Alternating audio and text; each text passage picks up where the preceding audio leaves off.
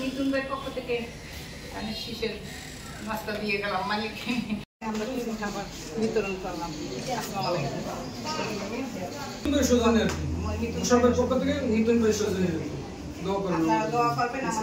মহিলা দলের পক্ষ থেকে মোশাররফ ভাইয়ের নির্দেশনে আমরা উপজেলা হসপিটালে সমস্ত রোগীদেরকে খাবার বিতরণ করছি। আমাদের এই কার্যক্রম যেন অব্যাহত থাকে। অহংকার জনাব জননেতা তারেক রহমানের সাম্য মানবিক বিএনপি গঠনের লক্ষ্যে এবং সুন্দর সামাজিক বিনির্মাণ গঠনের লক্ষ্যে দক্ষিণবঙ্গের সিংহপুরুষ কলাপাড়া মা ও মাটি মানুষের নেতা, আগামী দিনের এমপি, আগামী দিনের মন্ত্রী জননেতা জনাব আলহাজ এ বি এম মোশাররফ ভাইয়ের পক্ষ থেকে আমরা এই কলাপাড়া হসপিটালে অসুস্থ রোগীদের মাঝে আমরা খাদ্য বিতরণ কার্যক্রম ইতিমধ্যে সম্পন্ন করেছি।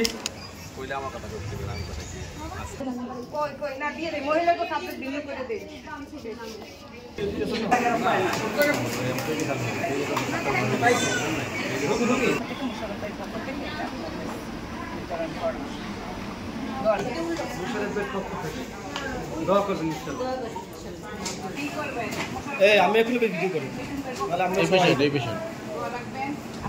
আমরা বিতরণ করলাম। আমাদের জন্য দোয়া রেখেন, মোশাররফের জন্য দোয়া রেখেন, দলের জন্য দোয়া রেখেন।